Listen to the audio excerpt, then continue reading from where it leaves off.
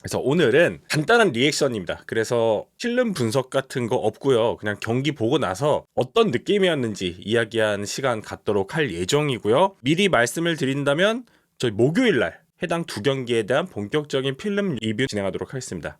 그리고 차주 다음 주 목요일에 슈퍼볼에 대한 프리뷰 방송 진행을 할 테니까 순차적으로 찾아오셔서 여러 가지 이야기 나누셨으면 좋겠고요. 오늘 경기를 통해서 슈퍼볼에 진출하는 팀은 짜잔, 뉴잉글랜드 패트리어츠와 시애틀 시옥스로 결정이 되었습니다. 그래서 두 팀이 11년 만에 슈퍼볼에서 만나게 된 그런 상황인데요. 11년 전에 만났다라고 하는 것은 그때 슈퍼볼 경기를 치렀고 승자가 결정되었다는 뜻이겠죠. 그래서 미리 또 스포를 하자면 11년 전 얘기지만 스포를 하자면 당시 경기는 뉴잉글랜드 패트리어츠가 이겼습니다. 해당 경기 굉장히 재밌는 슈퍼볼이었고요. 그래서 이번 주 목요일에 컨퍼런스 챔피언십 리뷰하고 다음 주 목요일에 슈퍼볼에 대한 프리뷰하기 전에 그 중간에 당시에 있었던 슈퍼볼 경기에 대한 리뷰도 본격적으로 한번 진행을 할 겁니다. 그래서 3번 연달아서 슈퍼볼과 관련된 이야기 할 테니까 그때 많이 놀러 오셔서 또 소통을 해주시면 정말 감사하겠습니다. 오늘은 리뷰라기보다 그냥 수다 떠는 날이라고 이해해 주시면 좋을 것 같고요. 그래서 11년이 지난 현재 톰 브래디도 은퇴했고 피트 캐럴도 물러났고 프로리그에서는 빌 벨리치익의 시대도 확실히 끝났습니다. 그래서 양 팀이 모두 시애틀과 패트리어츠 각자의 방식으로 두 프랜차이즈가 재건에 성공한 모습을 이번 시즌 분명히 보여주고 있어요. 패트리어츠는 정말 연속 2시즌 4승에 늪에서 빠져있던 팀이 새로운 패트리어츠 웨이를 만들어서 지금 나아가고 있고 이 마이크 브레이블 그리고 무섭게 성장하고 있는 드레이크 메이라는 초석 위에서 14승 3패라는 성적과 함께 슈퍼볼 진출하는 데까지 성공을 했습니다. 그리고 시애틀 같은 경우에는 마이크 맥도날드와 지금 현재 재평가의 아이콘이 되고 있는 샘 다널드, 더 이상 귀신을 보지 않는 샘 다널드와 함께 아주 의미있게도 디비전 라이벌들을 플레이오프에서 차례로 격파를 하면서 컨퍼런스를 정복을 했죠. 그래서 굉장히 의미 있는 시즌을 양팀 모두 보내고 있다라고 할 수가 있겠습니다. 그래서 보시는 것처럼 패트리어츠는 덴버 브론코스를 10대 7로 꺾었고 시애틀 같은 경우에는 LA 램스를 31대 27로 꺾었습니다. 혹시 며칠 전에 저희 방송에서 프리뷰했던 거 기억나시는 분 계신가요? 제가 요 경기 어떻게 예측하시는지 혹시 기억하시는 분 계신가요? 제가 해당 경기를 정확하게 영상 있습니다. 30대 27로 예상했습니다. 1점만 더 할걸. 그 점수까지 맞히는 건데. 아무튼 그래서 현실은 31대 27이었다. 이 경기는 좀 점수가 많이 나올 것 같았어요. 시애틀 같은 경우에도 정말 안타깝게도 잭 샤본에서 공백이 워낙 큰 상황이 예상했던 대로 나타났고 램스 역시도 폭발적인 오펜스를 풀어나가는 부분까지는 좋았는데 디펜스에서 이제 상대에게 빅플레이를 헌납하는 장면도 분명히 많았을 뿐만 아니라 원활하게 압박이 안 됐을 때 상대 쿼터백이 편안하게 패스를 던지는 환경 역시도 진행이 됐었고요. AFC 같은 경우에는 양팀 모두 강력한 디펜스를 갖고 있는 팀이기 때문에 상대적으로 적은 득점이 나올 것이라고 예측을 했었죠. 10대 7이라고 하는 아주 적은 점수차가 났습니다. 이것은 날씨에 대한 변수가 분명히 있었기 때문에 그렇다라고 할 수가 있고요. 그래서 컨퍼런스 챔피언십 본격적으로 가볍게 살펴보기 전에 이 매치업들을 간단하게 요약하면 좀 역설로 가득한 매치업들이지 않았나라는 생각이 들고 있습니다. 패트리어츠는 이 챔피언십에서 86 패싱 야드 만으로 승리를 따냈거든요. 86야드하고 승리하고 슈퍼볼 간다? 이것도 어떻게 보면 굉장히 대단한 부분이라고 할 수가 있겠고요. 시옥스 같은 경우에는 샘 다널드 제치에서 전체 3순위로 지명이 됐다가 실패작이라는 낙인 속에서 팀을 떠나고 여러 팀을 전전하는 과정 속에서 이 선수의 커리어는 끝나지 않았나 라는 생각이 들었지만 2018년도 드래프트 클래스에서 최초로 슈퍼볼에 나가는 쿼터백이 됐습니다. 당에 지명된 쿼터백 누가 있냐면 베이커 베이필드, 조시 앨런, 라마 잭슨이 있거든요. 이 중에 2명 MVP 출신입니다. 근데 이 두 선수 모두 슈퍼볼에 못 갔어요. 하지만 샘 다널드가 먼저 왔습니다. 이번 플레이오프에서 드레이크 메이 성적이 아쉽긴 하지만 그래도 원전 9전 전승이라고 하는 전례 없는 기록을 세우면서 이 자리에 도달했다라고 할 수가 있고요. 시옥스 같은 경우에는 전체적인 평균 연령대가 리그 전체로 놓고 봤을 때 두 번째로 낮은 팀인데도 불구하고 발목할 만한 성과를 거뒀다라는 부분에 있어서 두 팀 모두 굉장히 놀라운 시즌을 보내고 있다라고 할 수가 있겠습니다.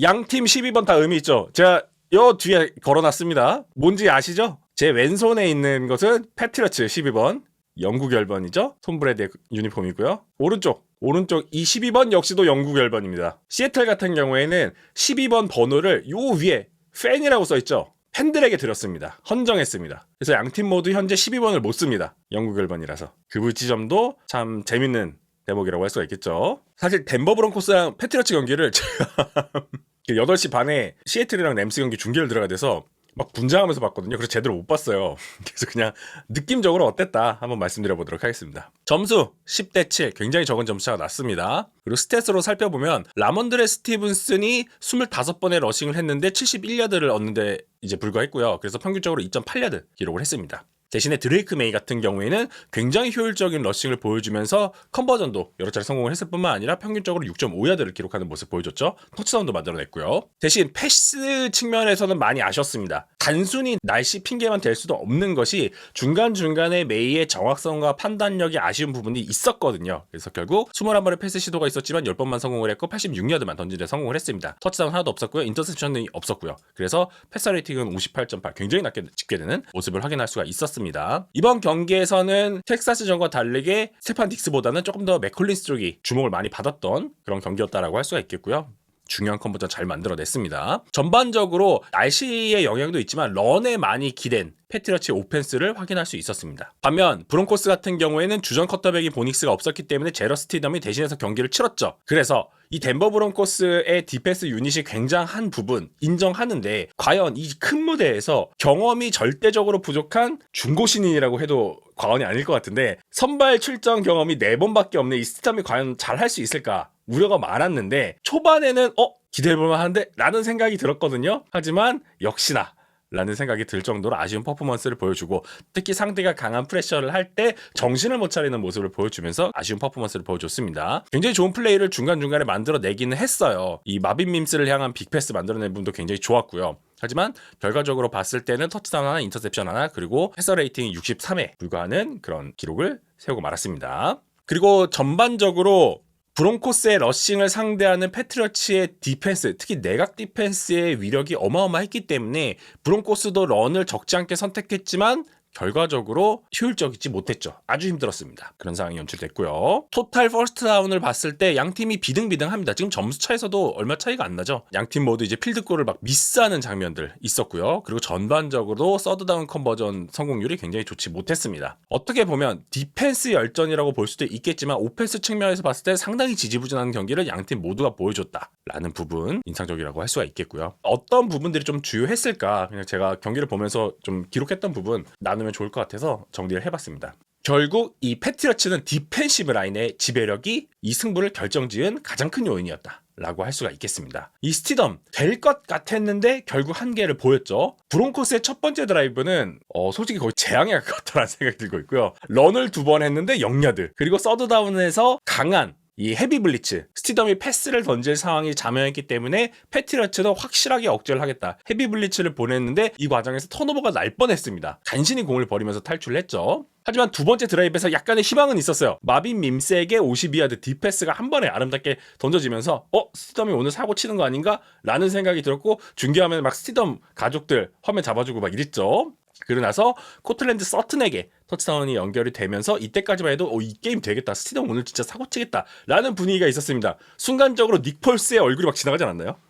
그랬는데 시간이 지나면 지날수록 스티덤의 약점이 그대로 드러났습니다. 이 스티덤이 보닉스와 다르게 저희가 프리뷰에서도 언급했지만 모빌리티가 상대적으로 크게 떨어진 선수거든요. 지금 현대 풋볼에서 쿼터백들의 모빌리티는 거의 기본 소양으로 자리 잡고 있습니다. 코치들이 옵셔널하게 쓰기도 하고요. 불가피하게 강한 압박을 받았을 때 탈출해서 플레이를 연장하는 능력이 요구되기도 합니다. 근데 스티덤은 상대가 너무 압박을 강하게 하니까 기본적으로 샷건 스냅에서 5스텝, 7스텝 이렇게 드랍백을 가져가야 되는데 10야드 이상 드랍백을 하는 움직임을 많이 가져갔어요. 압박이 너무 강하니까.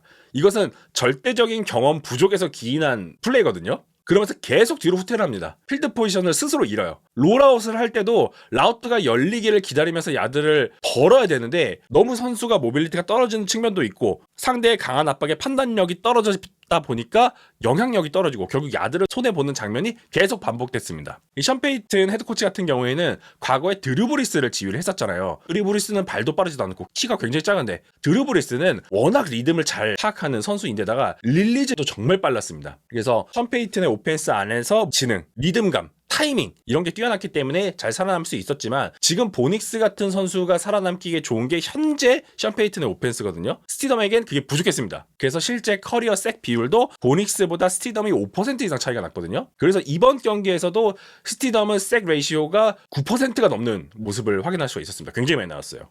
그런 상황이었고, 그렇다고 해서 뭐 선수의 잘못만 있냐? 그렇진 않습니다. 사실 션 페이튼도 좀 아쉬웠어요. 특히 2쿼터 때 폴스 앤 원 상황, 저는 여기서 좀 경기가 이미 결정이 됐다라고 생각이 되고 있었는데요. 2쿼터 중반에 브론코스가 일단 7대0으로 앞서고 있었어요. 그 상황에서 패트리어츠의 14야드 라인 지점이었나요? 15야드 라인이었나요? 그 지점에서 이제 폴스 앤 원 상황, 여기서 션 페이튼은 필드골을 선택하지 않고 고포이스 선택을 했습니다. 이게 폴스 앤 인치가 아니라 진짜 1야드였거든요. 백업 커터백이 뛰고 있는 AFC 챔피언십 경기인데 여기서 점수를 벌 생각을 안 하고 14대 0을 만들기 위해서 고포이스 선택을 했습니다.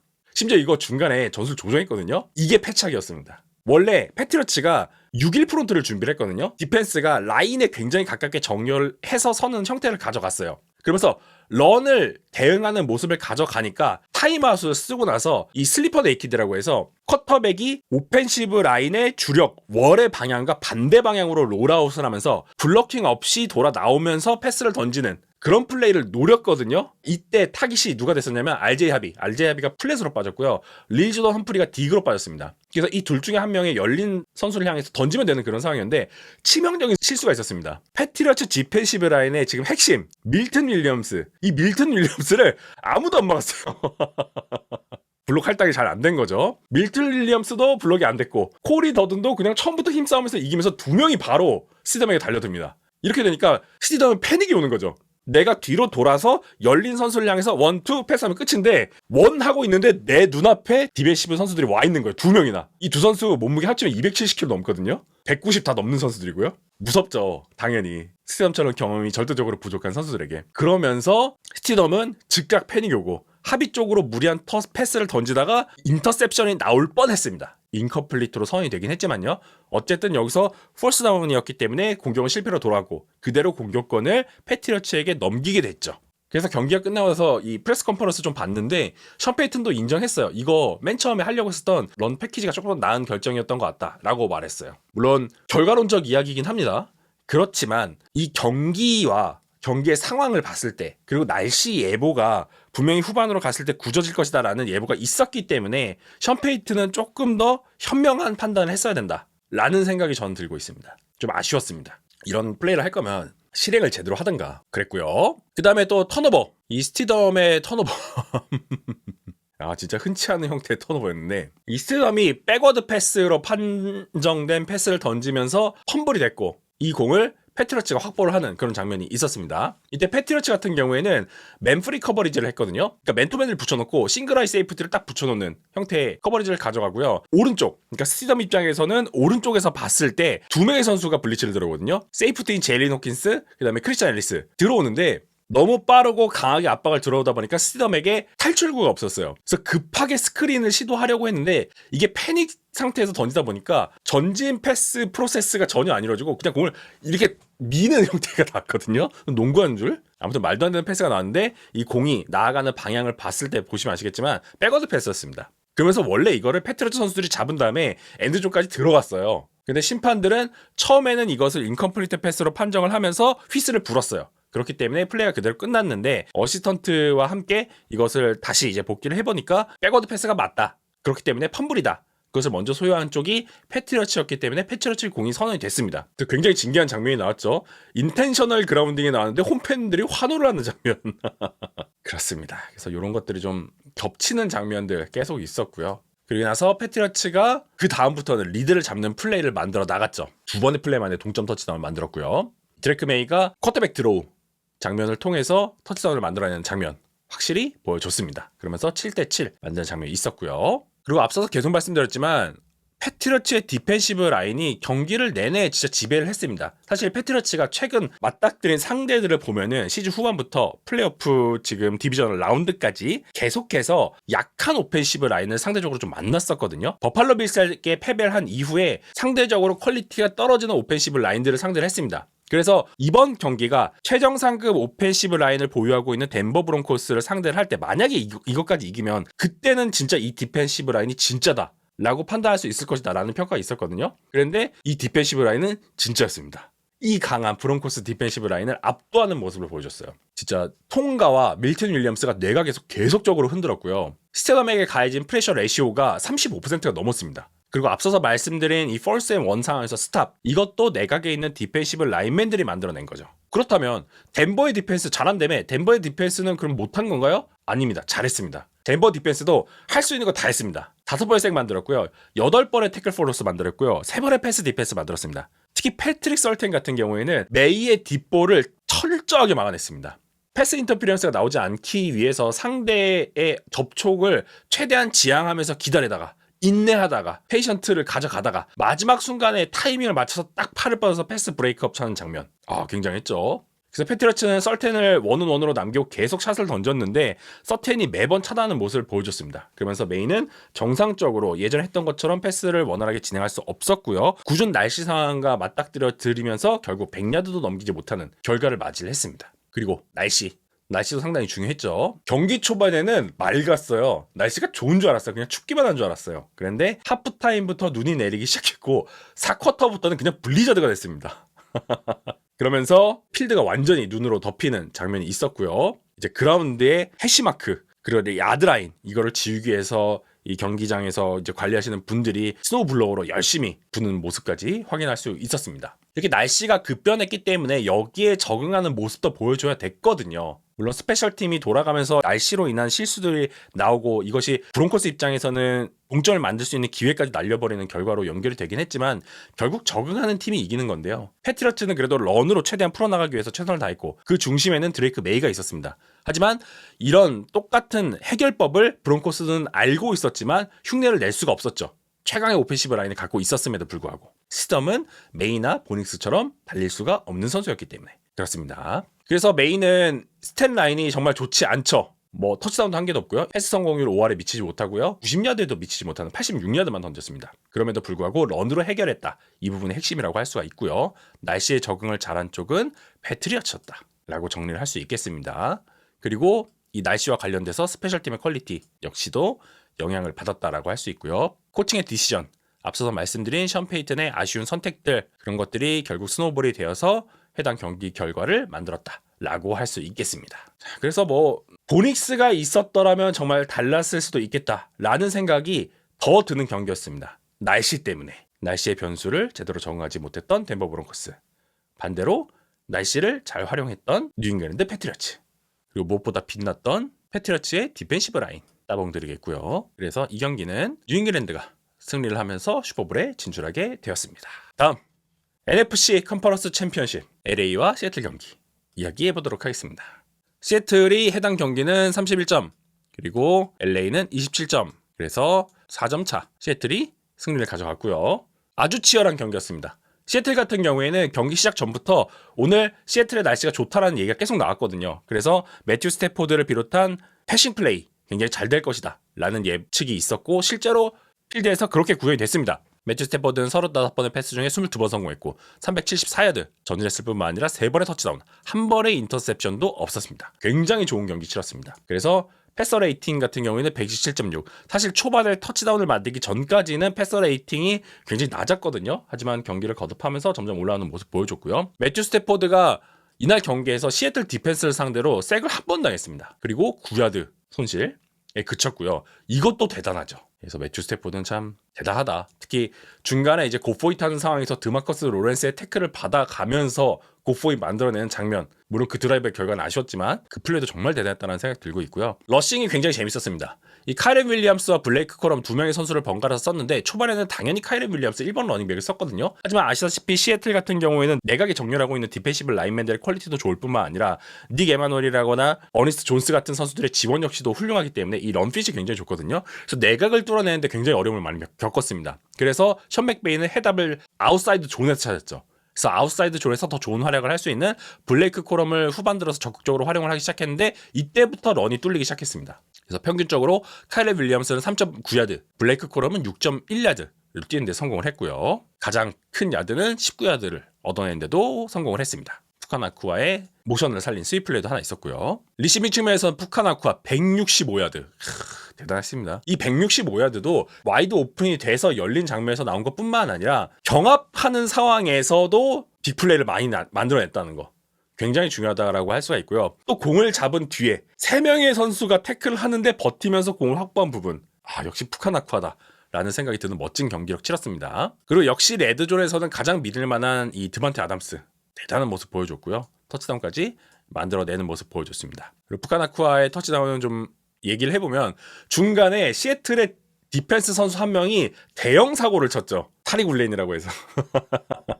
멋진 패스 디펜스를 해놓고 나서 상대 팀에게 도발을 했다가 카운팅 페널티를 맞고 그 플레이에서 만약에 디펜스가 억제를 했다면 4쿼터 마지막을 시애틀 입장에서 편하게 풀어나갈 수 있었는데 곧바로 해당 장면에서 카운팅 페널티, 퍼스널 파울이 나왔고요. 15야드 잃었고요. 상대에게 다시 공격권 갱신해줬고요. 이어지는 플레이에서 곧바로 매튜 스태포드는 타릭 울렌을 커버리지하고 있던 푸카나쿠에게 패스를 던집니다. 그리고 이것을 바로 터치다운으로 만들어냈죠. 그래서 해당 장면 진짜 심한 말 나올 뻔?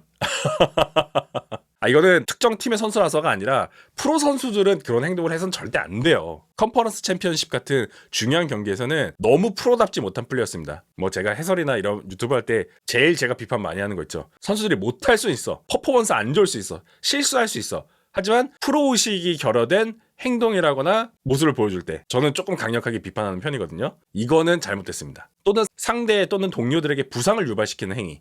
이것에 대해서 제가 강력하게 비판하거든요. 심지어 타릭 울렌은 이제 계약해야 되거든요. 트레이드 얘기도 나왔었는데 그 상황에서 이런 플레이를 하다니. 어쨌든 결과가 좋았으니 됐어 라고 해프닝으로 취급하기에 너무 큰 사건이긴 했습니다. 다시는 이런 일 없어야겠고요. 다음 콜비 파킨슨 같은 경우에는 이번 경기에서도 존재감을 확실히 보였습니다. 40야드 잡아냈고요. 전체적으로 62야드를 잡아냈는데 타깃이 4번 되다가 3번만 잡았거든요. 그 말은 즉슨 한 번 놓쳤다는 얘기죠. 이 플레이가 너무 치명적이었습니다. 야, 콜비 파킨슨은 이걸 놓쳐? 와이드 오픈돼 있었는데? 라는 생각이 드는 그런 장면이었죠. 그 장면에서 만약에 파킨슨이 공을 잡고 전진을 했다면 시애틀 입장에서 진짜 어려워지는 상황이었거든요. 그런 장면이 있었습니다. 그 밖에 여러 선수들 플레이 있었고요. 시애틀 스탯 살펴보겠습니다. 캐리스 워커 같은 경우는 이번 경기에서 잭 샤버넷이 없기 때문에 어깨가 굉장히 무거웠죠. 조지 홀라니가 복귀를 하긴 했는데 IR에서 액티브 로스터로 올라오자마자 훈련만 잠깐 참여하고 바로 경기에 투입된 상황이었단 말이에요. 그래서 캐리스 워커의 어깨가 무거웠습니다. 하지만 조지 홀라니가 경기 초반에 조금 적응을 못하다가 중반 지나면서 적응을 하기 시작하자 조금 워커의 부담을 덜어줄 수 있는 역할을 부여받기도 했었고요. 하지만 전체적인 성적은 매우 아쉬웠습니다. 캐스 워커도 사실 이 평균적으로 획득한 야드가 3.3야드밖에 안 되기는 하지만 그것은 이 시도가 많아서 그렇고요. 전체적인 플레이 자체는 훌륭했습니다. 얼리다운 상황에서 최소 4야드, 5야드 벌어주는 플레이 계속했고요. 커버전 상황에서 중요한 역할을 했을 뿐만 아니라 패싱 캐칭 자원으로서도 좋은 모습 보여줬습니다. 그래서 4번의 타깃 중에 4번 전부 다 잡아냈고요. 49야드 전진하는 모습까지 오늘 경기 MVP다운 모습 제대로 보여줬습니다. 잭슨 스미스 은직바 역시도 이번 경기에서 존재감 제대로 보여줬죠. 진짜 이 푸카나쿠와 잭슨 스미스 은직바 이 두 젊은 선수가 정말 최고의 리시버 매치를 이번 경기에서도 보여주지 않았나 라는 생각 들고 있습니다. 그리고 또 빼놓아서 안 될 선수 쿠퍼컵이죠. 생산 자체 36야드밖에 안 되고 터치다운 하나밖에 없긴 하지만 쿠퍼컵이 없었으면 이 경기는 시애틀이 졌습니다. 그만큼 쿠퍼컵이 커버전 상황에서 좋은 플레이 만들어냈을 뿐만 아니라 상대와의 치열한 경합을 하면서 페널티를 유도하는 그런 플레이까지 만들어내면서 경기의 쐐기를 박을 수가 있었죠. 그리고 오랜만에 터치다운을 만들어낸 제이크 보보 장신의 리시버로서 이번 경기에서 한번 캐치 잡았는데 그게 아주 멋진 터치다운으로 연결이 됐습니다. 그래서 전체적으로 봤을 때 패트리어츠 경기 그리고 덴버 경기와 퍼스트다운부터 차이가 극심하게 나죠. 그 정도로 치열한 경기 양상이 펼쳐졌는데 재밌는 부분은 서드다운, 램스가 서드다운 장면에서 너무나도 어려워했습니다. 그래도 경기 이제 2쿼터 지나고 3쿼터 들어가기 직전부터 램스가 리듬을 어느 정도 찾기 시작했거든요. 그러면서 얼리다운부터 퍼스트다운을 계속 따내는 모습을 보여주긴 했어요. 하지만 이 플레이가 얼리다운에서 확실하게 많은 야드를 얻지 못했을 때 서드다운까지 갔을 때 힘들어하는 모습 반복됐고요. 이 장면들이 연출이 계속됐기 때문에 매튜 스태포드가 폭발적인 패싱 야드를 기록했음에도 불구하고 점수를 엄청나게 벌리거나 리드를 크게 확 따라가는데 성공하지 못했죠. 그런 상황이었고요. 뭐 전체적으로 이제 페널티가 그렇게 많이 나온 경기는 아니었습니다. 아주 평범한 수준으로 나왔다라고 할 수가 있고요. 이번 경기는 1번 리시버들의 화력전이 굉장히 두드러진 경기였다. 라는 생각이 들고 있습니다. 이번 시즌 시애틀과 램스 경기는 내내 재밌었어요. 3경기 모두 굉장히 재밌었다라고 할 수 있고 16주차 경기 정말 재밌었고 이번 경기도 제 딴에는 만만치 않게 재밌었습니다. 물론 어떤 극적인 부분 이런 것들은 좀 16주차가 더 짜릿하긴 했지만요. 그 중심에는 1번 리시버들이 있었습니다. 푸카나쿠와 잭슨 스미스 은직바. 그 잭슨 스미스 은직바가 한 손으로 패스를 잡아내는 플레이. 이걸 어떻게 예쁘게 표현해야 될지 몰라서 축구에는 고려청자 트래핑이라는 표현이 있습니다. 그래서 얘기하긴 했는데 아름다운 패스와 아름다운 캐치 장면이었습니다. 그렇고요. 매튜 스태포드의 플레이 역시도 사실 이번 경기는 정말 칭찬을 많이 해줘야 된다라고 생각을 해요. 강한 압박속 그리고 중간중간에 상대 히트를 받으면서 부상을 당하는 장면도 있었거든요. 그때도 흔들리지 않고 경기를 잘 풀어나간 부분 분명히 칭찬을 해줘야 된다라고 생각이 되고 있고요. 중간중간에 이제 빅타임스로 몇 번 만들어내는 거 코빌 파킨슨이라거나 드반테 아담스, 푸칸 아쿠아를 향한 패스 굉장히 멋있게 잘 연결이 됐고 무엇보다 백미는 폴스의 원 상황에서 드마커스 로렌스의 태클을 뚫어내고 퍼스다운을 얻어내는 장면 정말 이번 경기의 가장 중요한 장면 중에 하나였다라는 생각이 들고 있는데요. 그 정도로 대단했습니다. 또한 저는 이번 경기에서 매튜 스태포드의 플레이에 지대한 공헌을 해준 유닛 누구냐라고 한다면 램스의 오펜시브 라인이라고 생각이 되고 있습니다. 이번 경기에서도 시애틀의 디펜스는 블리츠를 거의 안 보냈어요. 1할 미만으로 보냈습니다.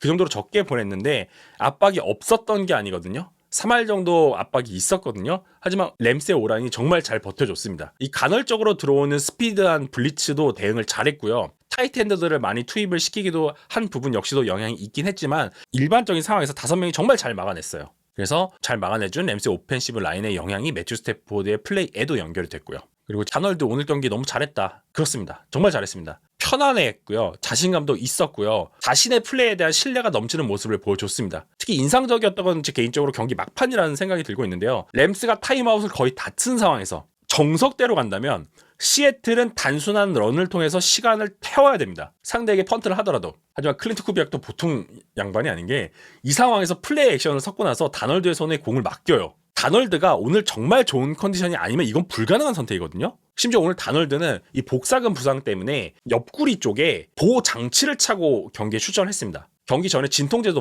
맞았고요. 그 상황에서 플레이를 했지만 오늘 정말 자신감도 넘쳤고 패스의 정확도도 높았고 리드도 잘했고 패닉 안 빠졌고 시스템과 완전히 다르죠. 그리고 필요할 때는 본인이 직접 달려나가는 선택 잘했고요. 그렇기 때문에 클린트도 신뢰를 했기 때문에 플레이 액션을 섞어서 다널드의 손에 공을 쥐어주는 선택을 했습니다. 안 흔들렸어요. 오늘 경기 정말 잘 치렀습니다.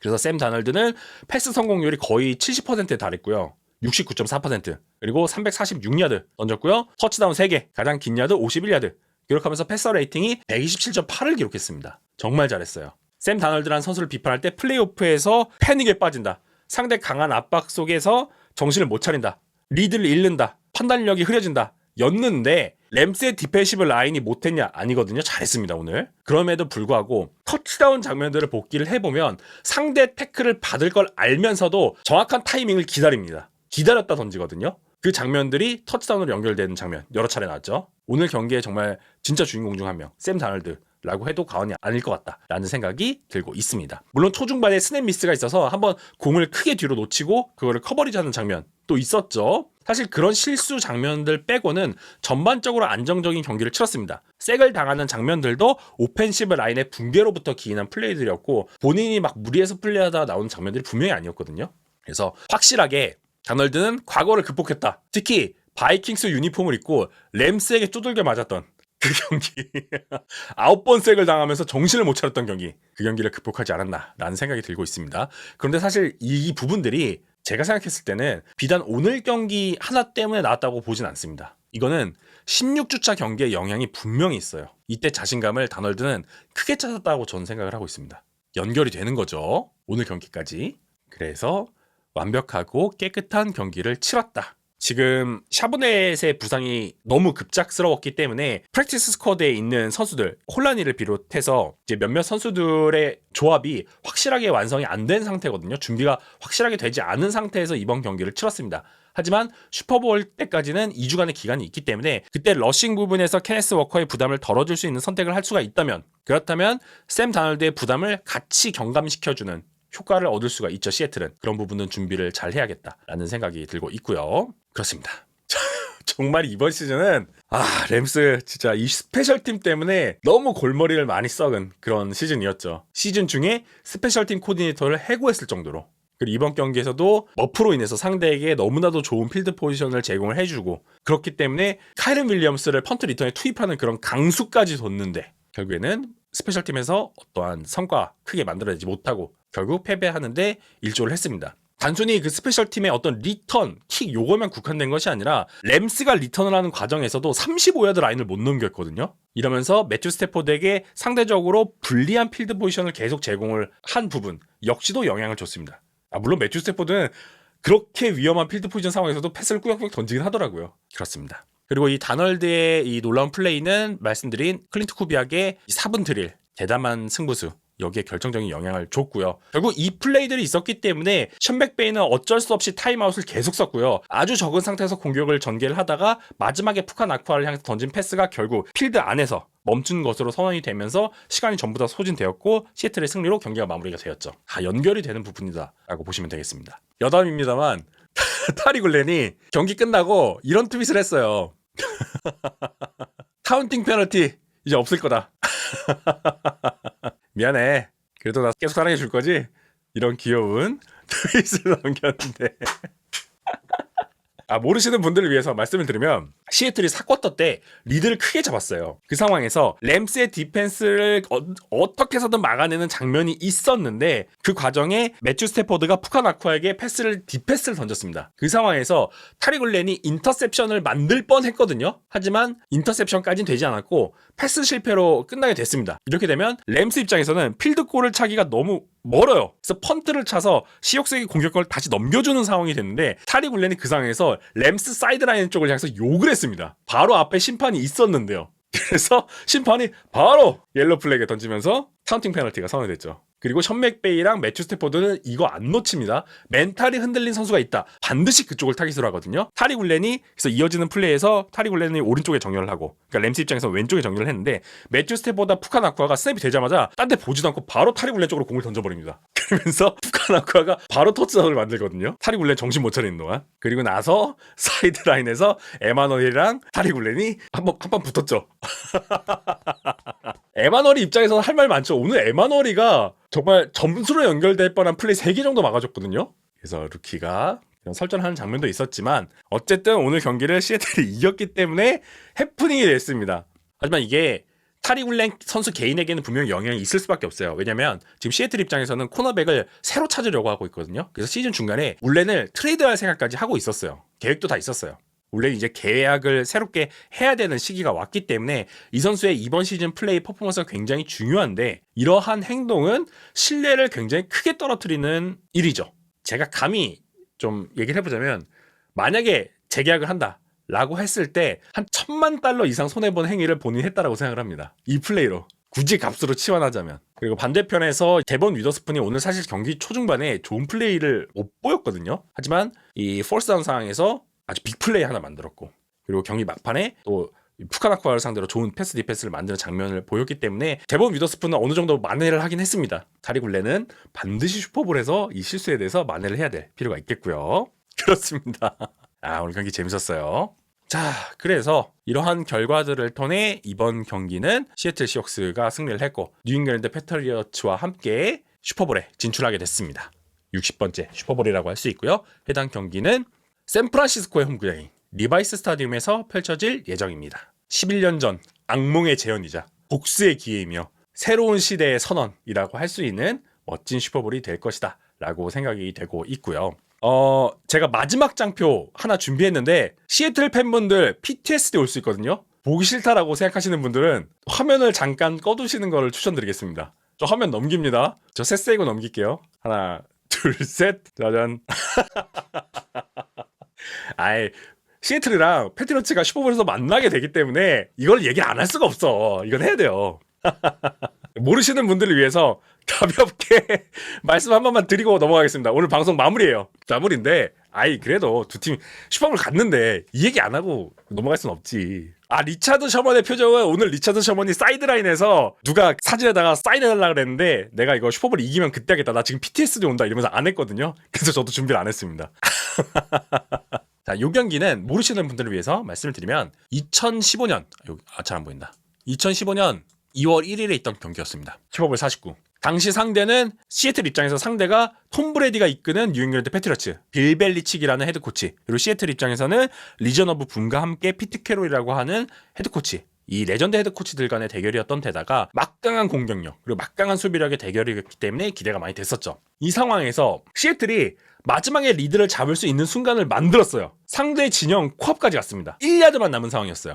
근데 시애틀 입장에서는 쿼터백이 러셀 윌슨이었고 러닝백이 마션 린치였거든요. 마션 린치 뭐 최근에 미식축구를 보신 분들은 잘 모르실 수 있습니다. 마션 린치가 당시에 최고의 러닝백 중 한 명이었어요. 파워풀한 아주 터프한 런이 특징이었던 선수였는데 1년도 남았잖아요.